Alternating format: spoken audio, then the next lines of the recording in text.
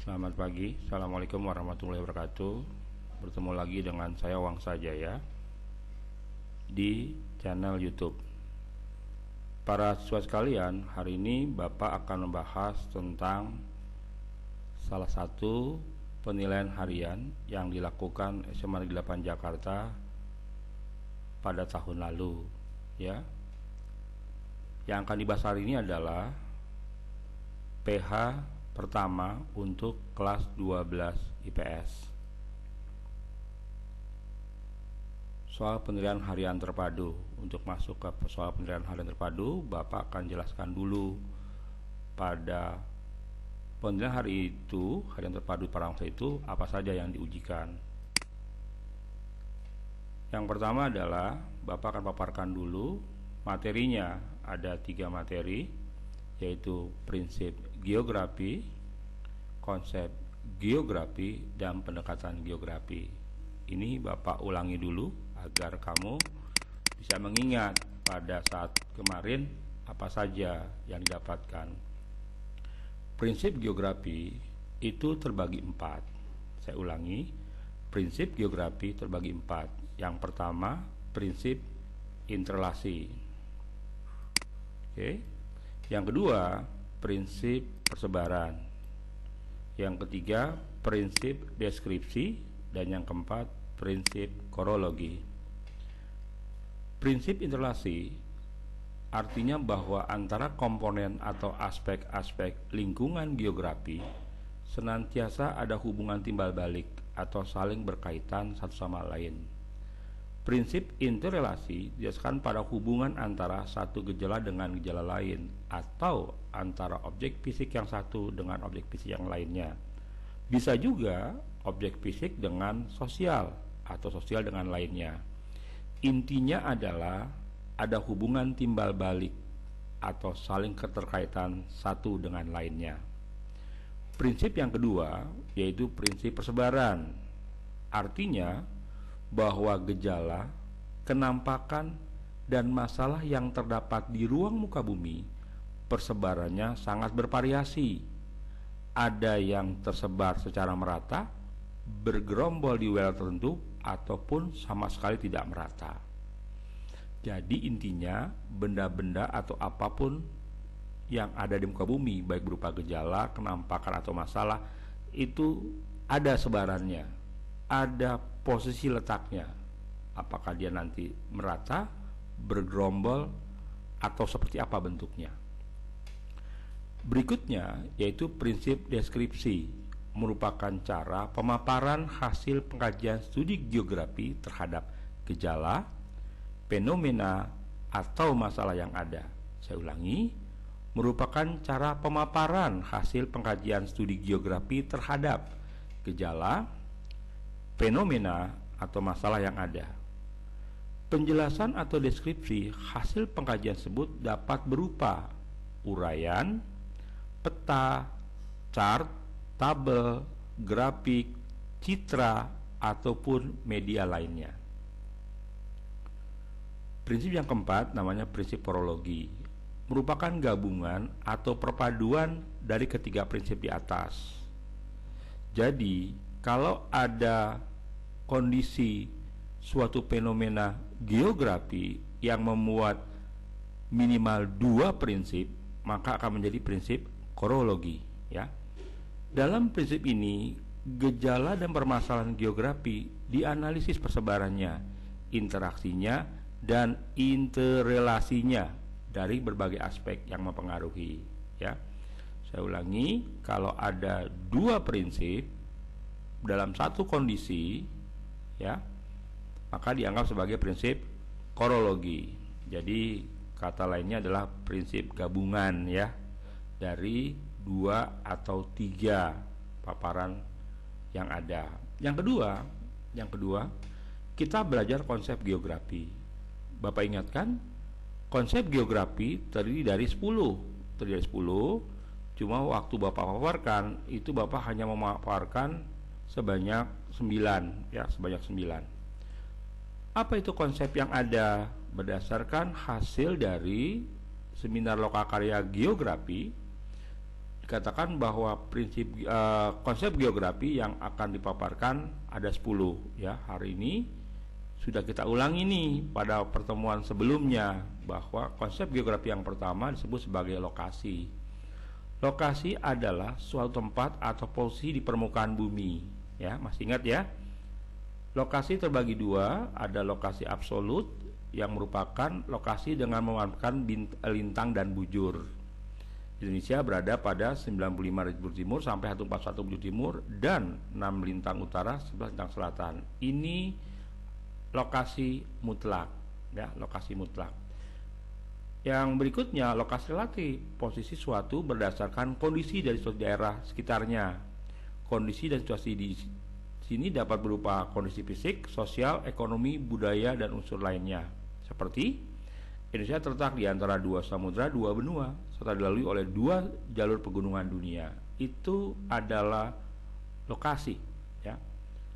Bapak pernah katakan untuk lokasi absolut itu kita sering pakai kalau kita menggunakan online ya. Apakah kita menggunakan aplikasi online, kita memesan taksi online, kita memesan makanan online, maka yang ditentukan sebenarnya lokasi absolut ya. Bentuknya nanti kita memilih jalan. Sebenarnya yang dipilih adalah lintang bujurnya ya, diterimakan sebagai sebuah jalan di gadget kita. Berikutnya adalah jarak. Jarak adalah ruang sela, panjang atau jauh antara dua benda atau tempat ya. Seperti Jakarta Bandung adalah 130 meter, 30 km, sementara Jakarta Bogor adalah 55 km. Jarak juga terbagi dua, yaitu jarak absolut dan jarak relatif. Jarak absolut, jarak di peta antar dua tempat atau lebih berupa garis lurus dan atau pemanfaatan zonasi.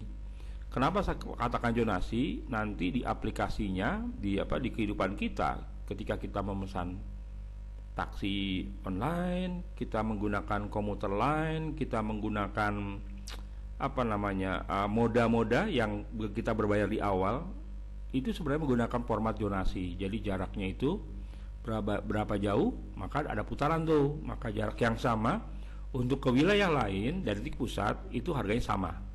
Ya, seperti kita naik komuter lain Jabotabek ya, untuk dari Tebet ke Pasar Minggu sama dengan dari Tebet ke Manggarai atau ke Jatinegara gitu loh. Itu ada format zonasinya. Yang kedua, jarak relatif, jarak perjalanan atau pergerakan suatu menggunakan moda transportasi dengan kondisi nyata di lapangan. Yang ini jaraknya nggak tentu karena berupa perjalanan atau tidak langsung menuju lokasi. Seperti saat kita menghentikan sebuah taksi, moda transportasi yang bayarnya di belakangan, bayar di belakangan, ya. Tapi jangan samakan dengan yang kalau kita naik angkot. Angkot itu pakai format zonasi ya, angkot yang M01, M16 gitu kan, kita bayar di belakangan tapi sudah tahu harganya, perkiraan harga ya, seperti itu. Berikutnya adalah keterjangkauan. Keterjangkauan yaitu hubungan antara interrelasi antar tempat dapat dicapai baik dengan menggunakan transportasi umum, tradisional, jalan kaki atau waktu tempuh, serta termasuk kendala menuju suatu tempat. Saya ulangi, menggunakan sarana transportasi umum, tradisional, jalan kaki atau waktu tempuh, serta termasuk kendala menuju suatu tempat. Kita lihat ada 4 contoh.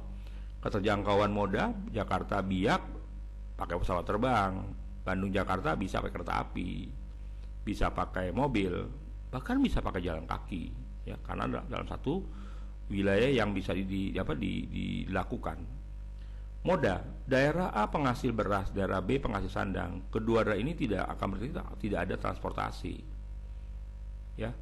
Nanti ujungnya waktu tempuhnya kelamaan gitu loh. Maka disebut ada waktu tempuh. Yang C itu waktu tempuh. Yogyakarta ditempuh selama 5 jam. Maaf, ini kalimatnya kurang satu, ada 5 jam harusnya. Misalnya 5 jam dengan kendaraan pribadi saat pandemi corona. Itu. Oke, maaf, saya save dulu biar lebih aman. Oke, berikutnya kendala bantuan bencana alam yang gagal sampai Kolokasi karena jalanan rusak. Apakah karena bencana alam atau apapun, yang pasti adalah kendala menuju suatu tempat. Oke, saya ambil contoh adalah bantuan. Berikutnya pola. Pola adalah pola berkaitan dengan susunan, bentuk, dan persebaran fenomena dalam ruang muka bumi sebagai akibat interaksi manusia dengan lingkungan atau interaksi alam dengan alam. Fenomena yang dipelajari adalah fenomena alami dan fenomena sosial. Fenomena alami seperti aliran sungai, persebaran vegetasi, jenis tanah, curah hujan. Sementara fenomena sosial bisa persebaran penduduk, mata pencarian, pemukiman, dan lain-lain. Contoh, pola aliran sungai terkait dengan jenis batuan struktur geologi. Pola pemukiman terkait dengan sungai, jalan, bentuk lahan, dan sebagainya.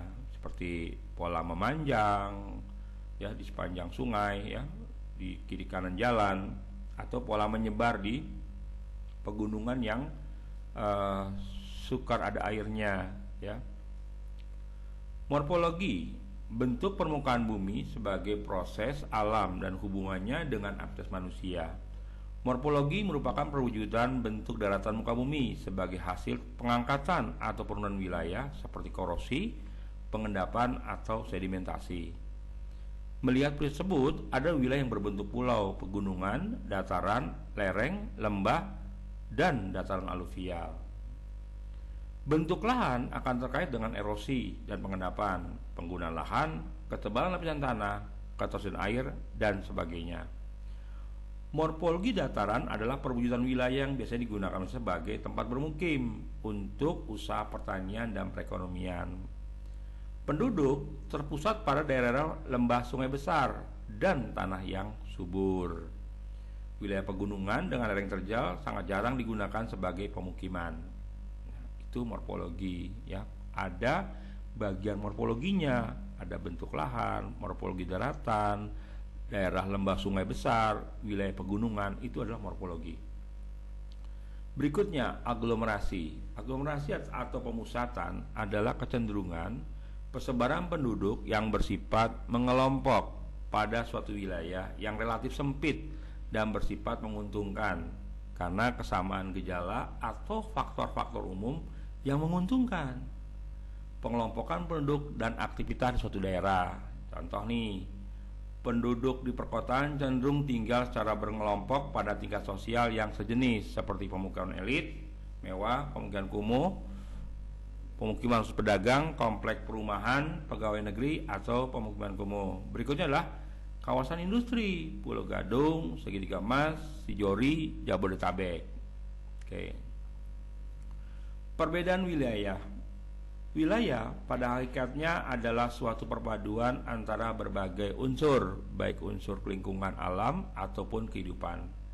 Hasil perpaduan ini akan menghasilkan ciri khas bagi suatu wilayah yang disebut sebagai wilayah atau region. Suatu wilayah kaitannya dengan wilayah lain. Wilayah di permukaan bumi memiliki perbedaan wilayah yang terdapat di dalamnya. Yang pertama, fenomena yang berbeda dari suatu tempat ke tempat lain seperti jarak dekat, jarak sedang, atau jarak jauh. Pemukiman padat, sedang, atau jarang. Pertanian sayuran dihasilkan di daerah pegunungan, perikanan laut atau tambak di pantai, dan padi di daerah yang relatif datar. Intinya perbedaan wilayah ini harus ada dua wilayah minimal. Yang kedua, wilayahnya itu masing-masing punya ciri khas yang berbeda dengan wilayah lain. Itu inti dari perbedaan wilayah. Nilai kegunaan suatu fenomena di muka bumi bersifat relatif. Artinya nilai kegunaan tidak sama tergantung dari kebutuhan penduduk yang bersangkutan. Contoh, daerah sejuk di pegunungan yang jauh dari kebisingan seperti puncak antara Bogor dengan Cianjur banyak dijadikan tempat beristirahat dan rekreasi. Tapi sebagian orang lain memanfaatkan untuk daerah pertanian atau perkebunan gitu. Yang kedua, lahan pertanian yang subur sangat bernilai bagi petani dibandingkan bagi nelayan atau karyawan. Sepeda di Yogyakarta amat bermanfaat dibandingkan sepeda di Dieng. Ya. Berikutnya adalah interaksi interferensi. Interaksi adalah kegiatan saling memengaruhi memengaruhi daya, objek, atau tempat yang satu dengan tempat lainnya. Setiap tempat mengembangkan potensi sumber daya alamnya dan kebutuhan yang tidak selalu sama dengan tempat lain. Perbedaan tersebut mengakibatkan terjadi hubungan yang timbal balik dalam bentuk arus barang dan jasa, komunikasi, persebaran ide, dan lain-lain. Atau dengan kata lain adanya interaksi dan interferensi antar wilayah. Jadi ada hubungan, juga ada hubungan, tapi juga ada yang menyatakan sebagai sebab akibat. Jadi saling membutuhkan. Ada hubungan dan ada peristiwa saling membutuhkan. Misalnya gerakan orang, barang, dan gagasan dari tempat ke tempat lain seperti pergerakan penduduk berupa sirkulasi, komutasi, ulang-alik, dan migrasi. Pergerakan sandang dari kota ke desa, pangan dari desa ke kota. Pergerakan berita melalui radio, televisi, surat kabar, dan lain-lain terhadap pembaca atau permisah. Ya. Jadi kalau pagi-pagi kamu lihat di komuter lain, kereta api, itu banyak orang menuju Jakarta. Sore harinya mereka kembali. Tapi jangan kaget, ada orang yang berangkat ke Jakarta, ada juga orang Jakarta yang berangkat ke luar Jakarta, seperti para mahasiswa yang harus kuliah di luar kota Jakarta, seperti Depok, ya, seperti Bogor. Mereka ada yang bolak-balik, ya, seperti itu. Berikutnya, pendekatan geografi terbagi 3. Pendekatan yang pertama namanya pendekatan keruangan atau spasial. Ruang adalah seluruh permukaan bumi yang merupakan tempat hidup tumbuhan, hewan, dan manusia. Pendekatan keruangan menganalisis gejala atau fenomena geografis berdasarkan penyebarannya dalam ruang. Aktivitas mandiri dalam ruang, porsi letak sebaran, jumlah tertentu pada ruang. Intinya, terjadi suatu dalam ruang itu, tapi tidak mengakibatkan efek kepada anggota-anggota yang lain atau menyebabkan timbulnya sesuatu. Yang kedua namanya pendekatan ekologi atau kelingkungan. Pada pendekatan ekologi menekankan hubungan antara makhluk hidup dan komponen lingkungan hidup lainnya. Dalam hal ini, hubungan antara manusia dan lingkungannya, interaksi antara manusia dan lingkungan bersifat sebab akibat. Dalam analisis geografi mencoba menelaah gejala saling pengaruh mempengaruhi interaksi dan hubungan timbal balik interrelasi antara komponen fisikal dan non-fisik. Jadi, kalau dalam keruangan itu mereka mandiri aktivitasnya, hanya meletakkan ruang, posisi, letak sebaran, tapi pada pendekatan ekologi ada kegiatan yang menyebabkan tindakan kepada anggota dalam ruangan itu. Satu, adanya kegiatan itu, interaksi. Yang kedua, ada hasilnya. Ada hasilnya berupa hubungan, ya, hubungan yang terjadi. Itu yang ekologi. Yang ketiga, pendekatan wilayah atau regional. Pendekatan kewilayahan regional mencoba membandingkan berbagai kawasan di muka bumi dengan memperhatikan aspek-aspek ruangan dan lingkungan dari masing-masing wilayah secara komprehensif. Pendekatan kompleks wilayah merupakan gabungan antara pendekatan keruangan dan pendekatan ekologi. Salah satunya itu. Jadi, pendekatan kompleks wilayah merupakan gabungan antara pendekatan keruangan dan pendekatan ekologi. Termasuk ketika pendekatan ekologi terjadi menyebabkan imbasnya ke wilayah lain. Saya ngasih gambar begini. Ruang kelas itu adalah pendekatan ruang. Kenapa? Hanya bicara tempat duduk, sejumlah siswa, ada kursi, ada bendera, ada LCD, ada aktivitas mandiri, anak belajar, anak mendengarkan musik. Itu belum ada aktivitas. Tetapi kalau tiba-tiba ada anak yang karena sudah bel, dia memperbesar volume suara, ada teman yang tidak nyaman, dia berteriak, "Woi, kecilin woi," maka ada interaksi di sana. Interaksinya bisa menjadi lebih sukar diukur kalau tiba-tiba salah satu pihak merasa dia paling bagus atau paling apa, maka terjadi keributan. Efeknya mungkin ada tindakan berlebih, ada sampah, ada suara yang keras, ada teriakan-teriakan.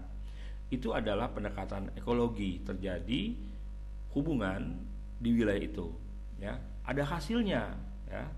Nah, kalau pendekatan wilayah regional itu lebih ke arah karena suaranya demikian keras, itu sampai ke wilayah lain, ya, wilayah yang terganggu, termasuk datangnya guru atau piket ke ruangan dia, ya. Jadi imbas baliknya seperti itu. Atau kasih gambaran begini, kalau Jakarta pagi hari hujan deras dan banjir, itu adalah keruangan. Jakarta pagi hari hujan deras banjir, itu keruangan karena tidak ada tambahan informasi lain. Tapi kalau Jakarta hujan deras menyebabkan air sungai melimpah menjadi banjir karena aliran sungai terganggu oleh banyaknya sampah. Nah, banyaknya sampah itu produk dari lingkungan, makanya disebut pendekatan ke lingkungan atau ekologi. Jadi ada tindakan manusia kepada alam, dan alam memanfaatkan tindakan balik, yaitu air tidak bergerak maka banjir akan datang. Nah, pendekatan wilayahnya adalah bisa dulu ya kejadian, tetapi kalau hujannya bukan di wilayah itu, maka menjadi lebih jelas clearnya. Kenapa? Hujan di Bogor itu deras sekali. Jakarta tidak hujan. Saya ulangi, di Bogor hujan deras karena di Bogor itu kerusakan lingkungan besar sekali, banyak wilayah menjadi perumahan, menjadi villa, maka air bergerak lebih cepat. Kalau di Bogor tempatnya bagus, maka sebenarnya air diresap, jadi jalannya air ke Jakarta lebih lambat. Tapi karena di Bogor sudah rusak, maka air cepat datang. Terjadinya banjir di Jakarta akibat kiriman dari Bogor, itu namanya pendekatan wilayah, karena Bogor bukan wilayah Jakarta. Seperti itu, ya. Nah, sekarang kita lihat soalnya. Ini soal tahun lalu, ya, penilaian harian terpadu pertama geografi 12 IPS. Ingat, karena di SMA 8 itu sudah 5 tahun saya menggunakan format kompresi, maka materi kelas 1 kelas 2 selesai itu, bahkan kelas 3 sudah selesai di semester 4, sehingga kita bisa mempersiapkan diri lebih bagus, lebih siap untuk kegiatan UTBK dan UNBK-nya. Jadi ini adalah PH terpadu pertama untuk kelas 12 IPS, materi sama dengan kelas 10, tapi dengan soal yang berbeda tingkat kesukarannya, ya. Jadi kalau di kelas 1 Bapak hanya main di C1, C1, C2, C3, maka untuk yang kelas 12 Bapak mainnya di C3, C4, C5, C3, C4, C5, mungkin beberapa yang soal C2. Kita lihat soalnya. Petunjuk soal, pilihlah salah satu jawaban yang paling tepat. Kita lihat nomor 1. Hutan yang di permukaan bumi tersebar tidak merata dan berbeda karena dipengaruhi oleh iklim dan lintang. Termasuk prinsip apa? Kalau melihat soal ini, kamu pelan-pelan, maka akan berasa ada 2 prinsip yang terjadi. Apa tuh? Yang pertama, hutan permukaan bumi tersebar tidak merata. Tersebar tidak merata itu adalah distribusi. Benar? Berarti ada 1. Yang kedua, karena dipengaruhi oleh letak lintang dan iklim. Ini yang kedua, interlasi. Jadi letak lintang mempengaruhi hutan permukaan bumi. Kalau lintangnya 0 derajat, maka hutannya hutan hujan tropis. Tapi kalau lintangnya mendekati 45, itu hutannya berbeda. Karena ada 2 prinsip di sini, maka jawabannya adalah korologi, ya. Jawabannya korologi. Berikutnya, yang kedua, sebagian besar penduduk yang bertempat tinggal di tepi pantai memiliki mata pencarian sebagai nelayan. Sebagian besar penduduk yang tinggal di tepi pantai memiliki mata pencarian sebagai nelayan. Jadi, penduduk yang tinggal di pantai nelayan. Kan itu kalimat utamanya, ya. Termasuk prinsip apa? Ini jelas-jelas prinsip hubungan timbal balik. Maka jawabannya interrelasi. Gampang ya? Gampang? Oke. Pertanyaan Bapak nih, prinsip ada 4 kan ya? Distribusi, deskripsi, interrelasi, dan korologi. Jawaban D, interaksi. Ini jawaban pengecoh. Cuma jawaban pengecoh yang kurang pas ya, karena kita sudah tahu prinsip ada 4, pasti ada 1 jawaban yang dibuat-buat ya, tapi diupayakan yang mendekati geografi kalimatnya.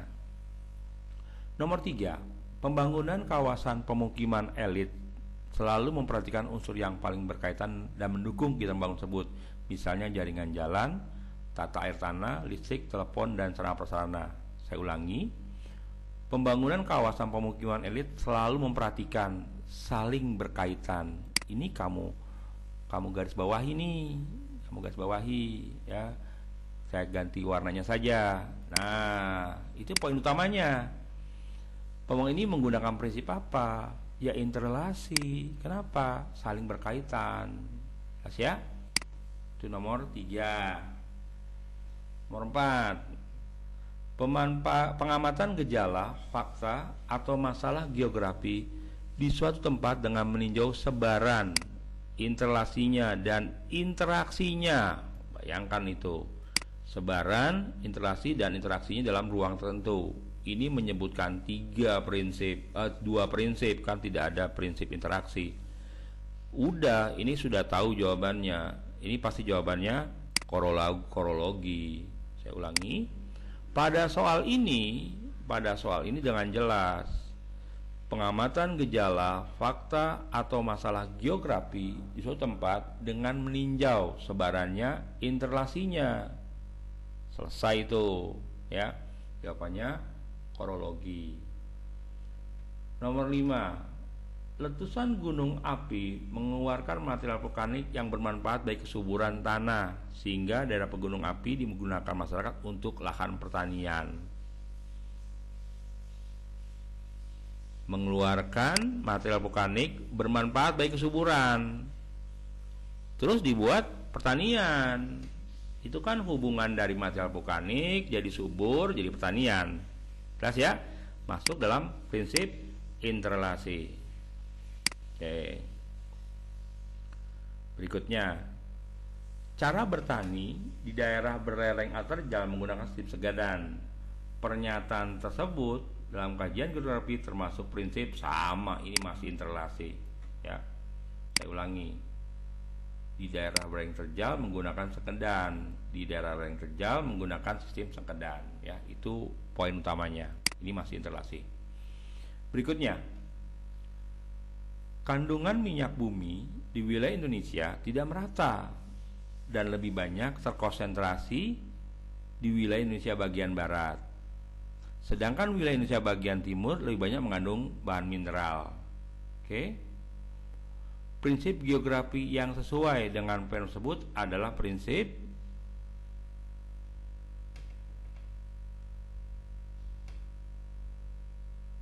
pelan-pelan ya, pelan-pelan. Sebagian anak mungkin akan langsung berpikir ini korologi, Pak. Loh, kenapa korologi? Ini Pak, satu tidak merata. Benar, ini persebaran. Lebih banyak terkonsentrasi di wilayah Indonesia bagian barat, sedangkan wilayah timur mengandung mineral. Cuma ini aja kok, tidak ada yang lain. Berarti jawabannya prinsip distribusi gitu loh. Ini hanya pengecoh saja, seakan-akan itu adalah tambahan, padahal informasi sama saja. Oke, sambil Bapak perbaiki ininya ya, tampilannya. Oke. Jadi jawaban untuk nomor 7, prinsip distribusi. Soal nomor 8, Bapak bacakan. Badan Meteorologi dan Geofisika memastikan bahwa gempa yang terjadi di Lombok bagian utara ya, bersumber dari Flores Backyard Thrust bermagnitudo 6,4 sebagai foreshock tanggal 29 Juli dan bermagnitudo 7 untuk main shock tanggal 5 Agustus 2018. Korban meninggal mencapai 555, pengungsi lebih dari 3.000 jiwa. Jelas-jelas, nah ini merupakan deskripsi. Kenapa? Ada data angkanya. Saya ulangi, ini deskripsi. Kenapa? Ada data angka, ada data lokasi, ada data akibat dan sebagainya. Maka jawabannya adalah prinsip deskripsi. Gimana? Mulai kebayang? Gampang ya? Prinsip deskripsi.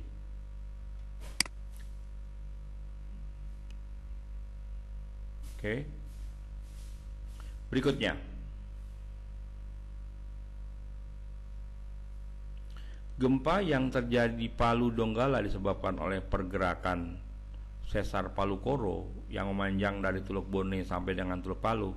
Sebagian segmen besarnya menjorok ke laut di Teluk Palu. Ketika gelombang gempa menjalar sepanjang sesar, maka bagian yang menjorok ke laut ikut bergetar dan memicu tsunami karena terjadi longsoran di bagian laut, di bawah laut. Prinsip geografi yang sesuai adalah, ya ini interlasi. Nah, kenapa? Ini menjelaskan disebabkan dan sebagainya. Saya ulangi, ini disebabkan oleh pergerakan, maka begini, maka terjadilah longsoran bawah laut. Itu interlasi.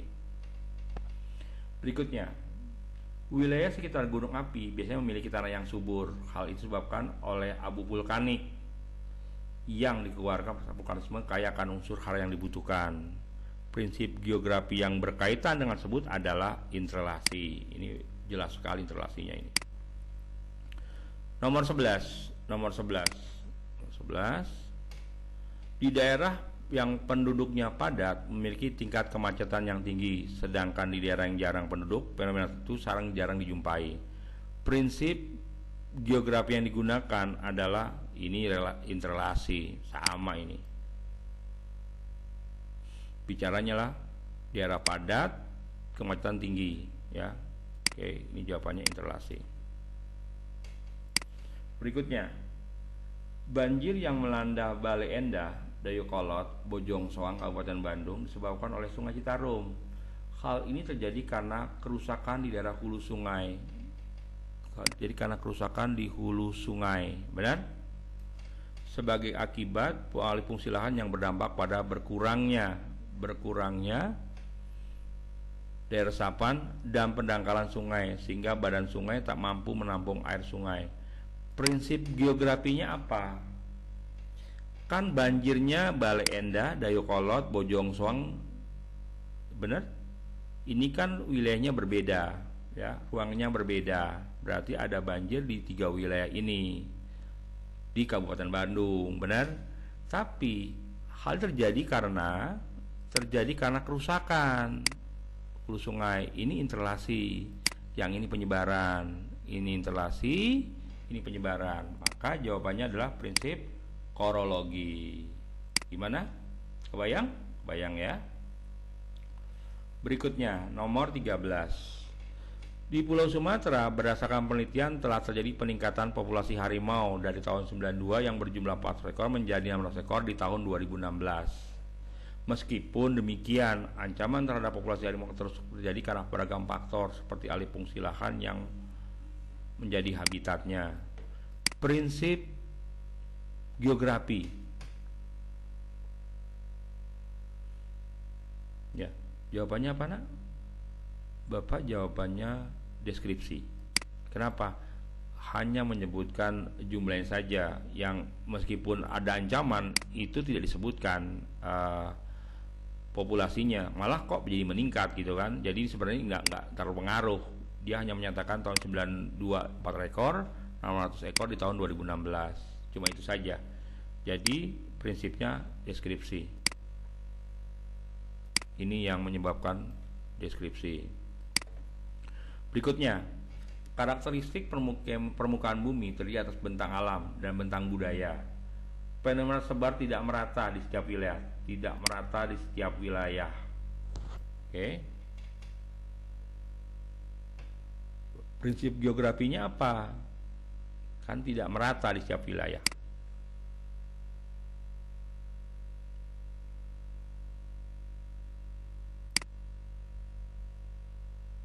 Kira-kira jawabannya apa?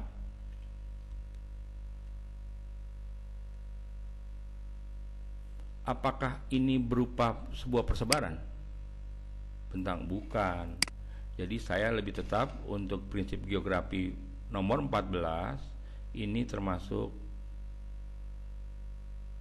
persebaran, ya. Jawabannya yang B. Nomor 15.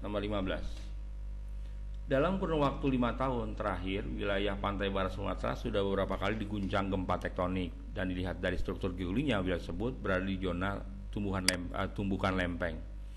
Prinsip geografi yang digunakan untuk mengkaji tersebut adalah pantai barat sering diguncang gempa akibat ada di zona tumbukan lempeng. Ini adalah interrelasi.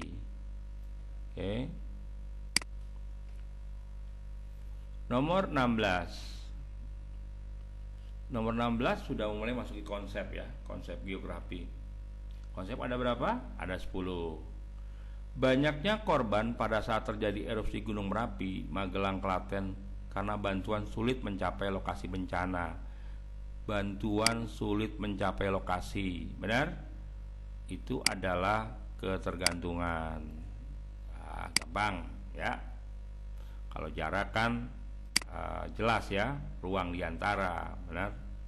Nah, berikutnya, suatu wilayah belum tentu menguntungkan bagi penduduk, tetapi mungkin sangat bermanfaat bagi penduduk yang lainnya. Menguntungkan, tetapi mungkin sangat bermanfaat. Nah, ini adalah nilai guna. Saya ulangi, kenapa nilai guna? Karena itu belum menguntungkan bagi penduduk, tapi buat penduduk yang lain menguntungkan. Itu kan berarti konsep relatif penggunaan ya. Jawabannya nilai guna. Nomor 18. Berikut ini contoh fenomena geografi yang berkaitan dengan konsep aglomerasi. Sepeda sangat berguna, itu nilai guna. Orang dari golongan ekonomi menengah ke atas akan berkumpul pada perumahan tertentu, yaitu perumahan elit. Ini aglomerasi, berkumpul. Menengah atas berkumpul pada perumahan elit. Ini jawabannya. Jawaban yang B, aglomerasi. Oke. Yang ini keterjangkauan. Oke. Ini apa ini? Ayo silakan. Ini apa nih? Pos perpanjangan hampir pasti dibangun di wilayah, hampir pasti dibangun di daerah padat penduduk dan tidak mungkin daerah yang sepi. Harga satu produk akan menjadi makin mahal jika makin jauh. Ini konsep jarak ya, konsep jarak.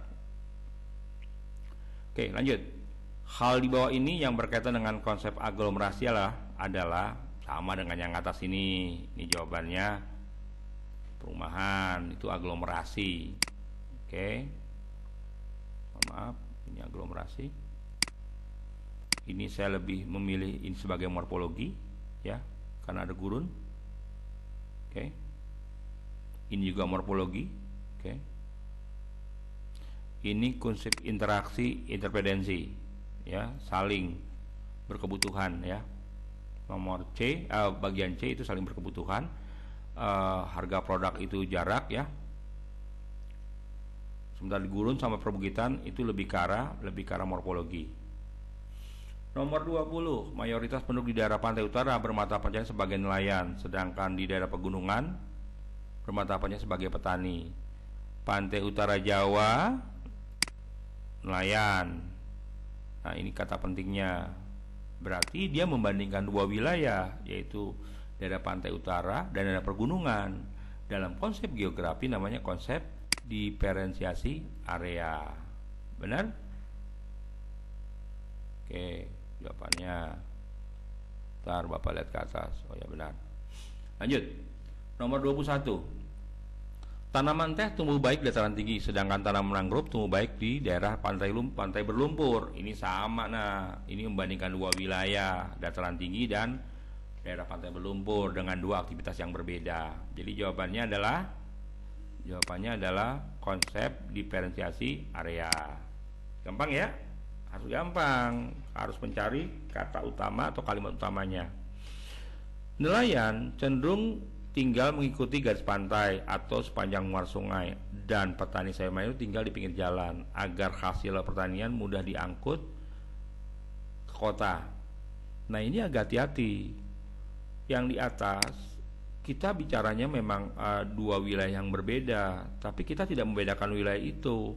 Kita bukan bicara kegunaan tempat. Kita tidak bicara kegunaan tempat. Yang kita bicarakan adalah mudah diangkut ke kota. Ya, ini konsep dari keterjangkauan. Saya ulangi, ini konsep dari keterjangkauan. Saya ulangi, untuk soal bagian ini tidak bicarakan dependency area, makanya tidak ada pilihan dependency area gitu loh. Ini soal bagus.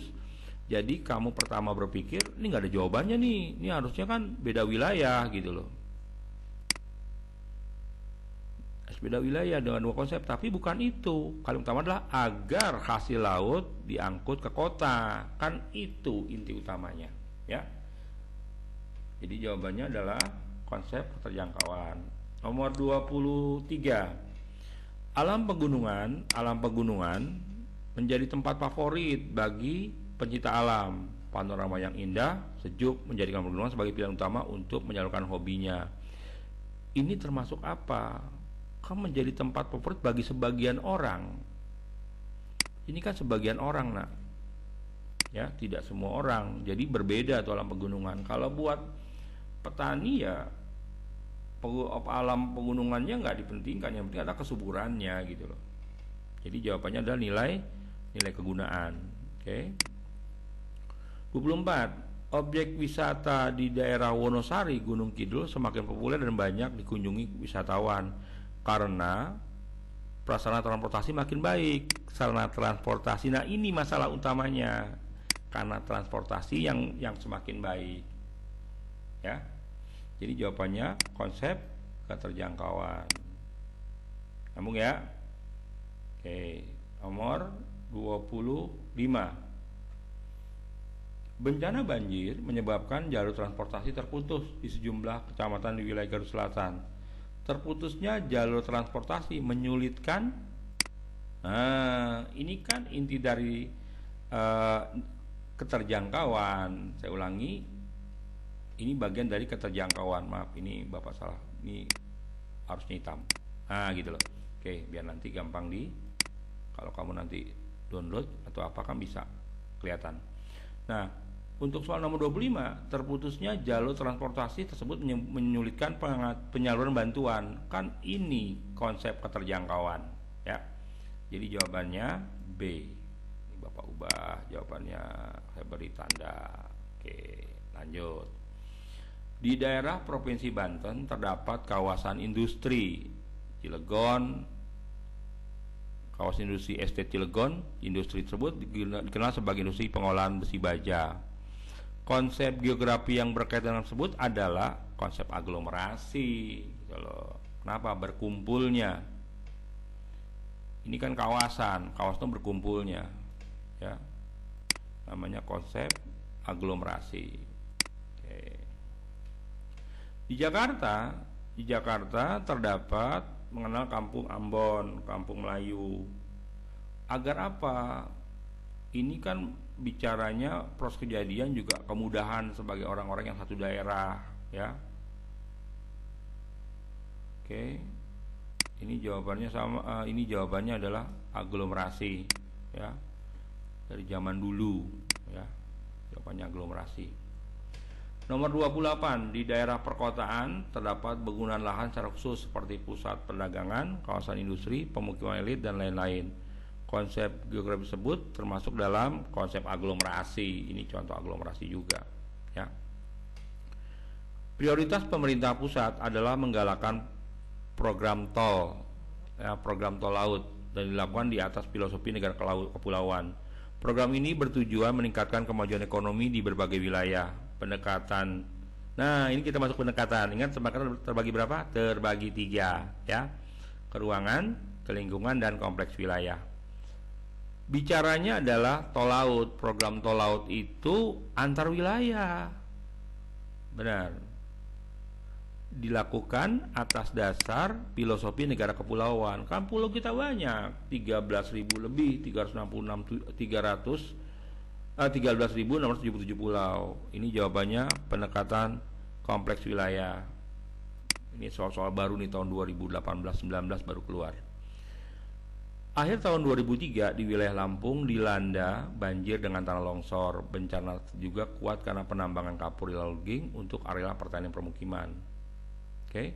Kesimpulan, penyebab banjir longsor tersebut sangatlah kompleks dan saling berkait antara unsur fisik dan sosial.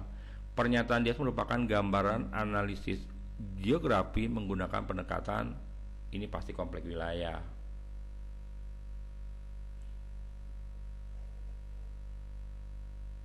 Oke. Kenapa kompleks wilayah? Karena banjir dan longsor itu akibat dari wilayah hutan. Nah, diduga karena penimbangan untuk area penerimaan permukiman. Kan ini masalah utamanya. Kan hutan nggak mungkin dalam kota, pasti di luarnya kan. Di wilayah Lampung, di bagian mana saya kurang tahu, itu ada wilayah yang dibuka menyebabkan banjir dari wilayah tersebut gitu loh. Jadi jawabannya adalah kompleks wilayah. Berikutnya, pemanasan global warming. Bapak turunkan saja biar bisa terlihat ya. Turunkan. Pemanasan global warming disebabkan ulah manusia di muka bumi dalam ketamakan memenuhi kebutuhan hidup. Dari fenomena tersebut dan berdampak terhadap bencana yang tidak ada habis-habisnya. Oke.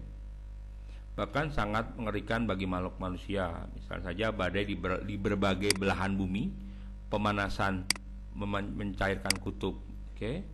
Jadi ada global warming, pemanasan global ya, pemanasan global, maka akan terlihat efeknya. Ini termasuk apa? Ini kompleks wilayah. Kenapa kompleks wilayah? Pemanasan global itu seluruh bumi gitu loh. Wilayah yang mana bakar hutan, yang kena ya tetangganya, yang kena ya bumi belahan yang lain, kutubnya mencair ya. Oke, lanjut. Seseorang yang ingin mendirikan pabrik dengan lingkungan pemukiman memerlukan kajian yang mendalam dalam lingkungan. Hal ini dianalisis dengan menggunakan pendekatan. Saya ulangi, seseorang yang ingin mendirikan pabrik dengan lingkungan pemukiman memerlukan kajian yang mendalam dalam kajian geografi.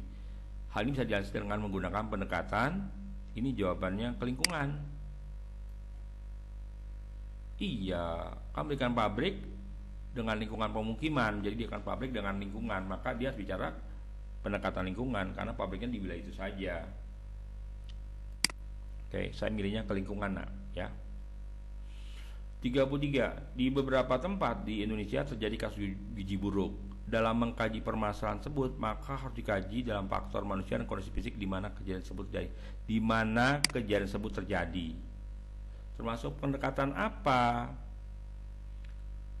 Jadi wilayah gizi buruk itu terjadi memang dalam satu ruang, tetapi biasanya wilayah lain juga berdampak. Kenapa? Boleh jadi wilayah lain juga tidak punya makanan untuk memajukan wilayah tersebut. Maka biasanya kajiannya kalau gizi buruk ada di satu tempat, itu banyak tempat lain sekitarnya juga mengalami hal yang sama. Jadi bukan hanya satu tempat. Jadi ada interaksi dari wilayah lain ke tempat tersebut. Makanya kalau saya melihat soal ini, saya memilihnya kompleks wilayah. Ya. Kenapa? Di mana kejadian tersebut terjadi? Yang kedua, di beberapa tempat di Indonesia. Ini menyatakan sebaran yang ada gitu kan. Oke, ini pendekatan kompleks wilayah. Nomor 34. Persebaran wabah virus flu burung di tempat dapat diungkap melalui ciri-ciri unggas atau orang yang terkena virus flu burung, penyebabnya, penyebarannya, intensitasnya, serta interaksinya. Maka sebaiknya kajian yang digunakan berupa pendekatan kompleks wilayah. Karena kan flu burung tidak kenal tempat. Sama halnya seperti corona itu kompleks wilayah. Kita bicara bukan hanya Jakarta, kita wilayah sekitar Jakarta.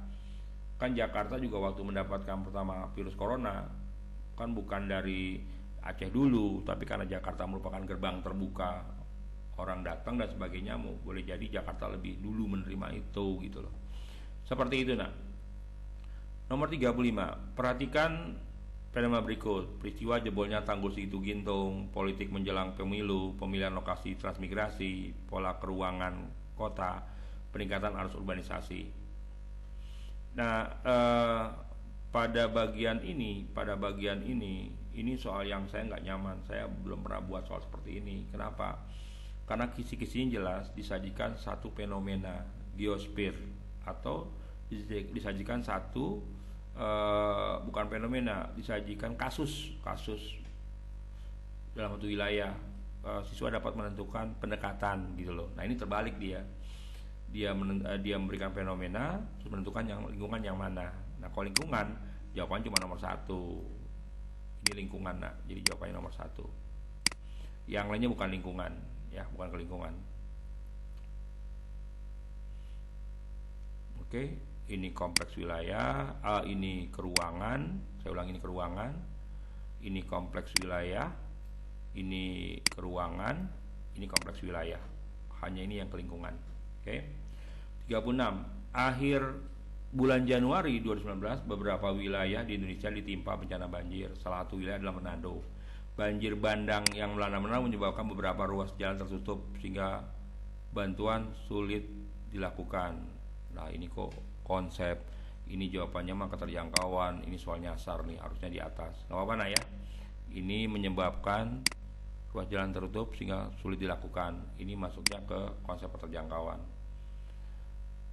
Nomor 37. Pernyataan upaya mengatasi banjir di Jakarta. Oke. Yang diminta adalah pendekatan kompleks wilayah. Saya ulangi, ini upaya mengatasi banjir. Yang diminta adalah kompleks wilayah. Kita lihat, memodifikasi hujan buatan di sekitar. Nah, di sekitar itu berarti kompleks wilayah. Yang kedua, membantu Pemda Bogor. Nah, itu kan di luar wilayah. Benar. Membuat sodetan Sungai Ciliwung ke Sungai Siadane. Ini juga kan keluar wilayah. Jadi jawabannya 1, 2, 3. Itu loh, gampang? Gampang.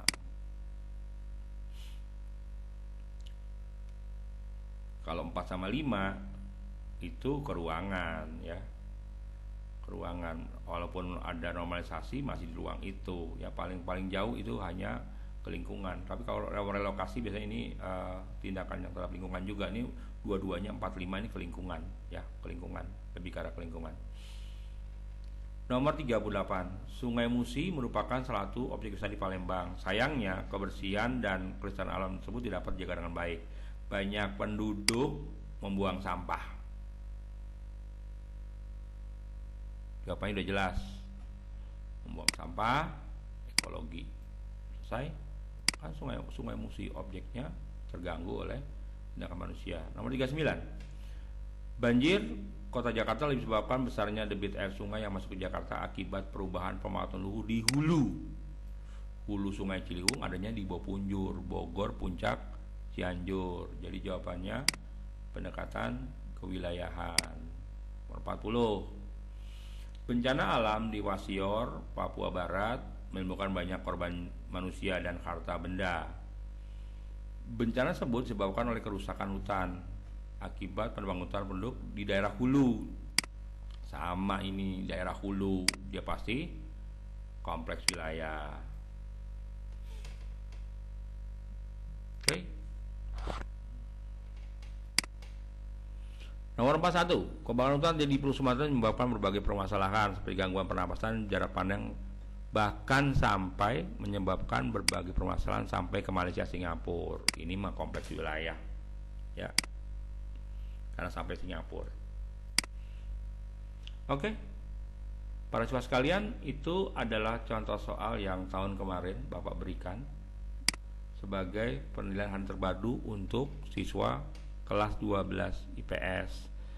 Untuk kelas 10 soalnya mirip tapi dia lebih rendah ya, dia lebih rendah. Jadi kamu yang kelas 12 jangan coba lihat kelas 10 nanti baperan ya. Demikian Anda sekalian soal yang Bapak berikan hari ini. Semoga bermanfaat. Kalian bisa belajar, mengulangi lagi. Kalau ada hal-hal yang kurang pas, kita bisa diskusikan. Moga-moga ada kebaikan buat kita semua.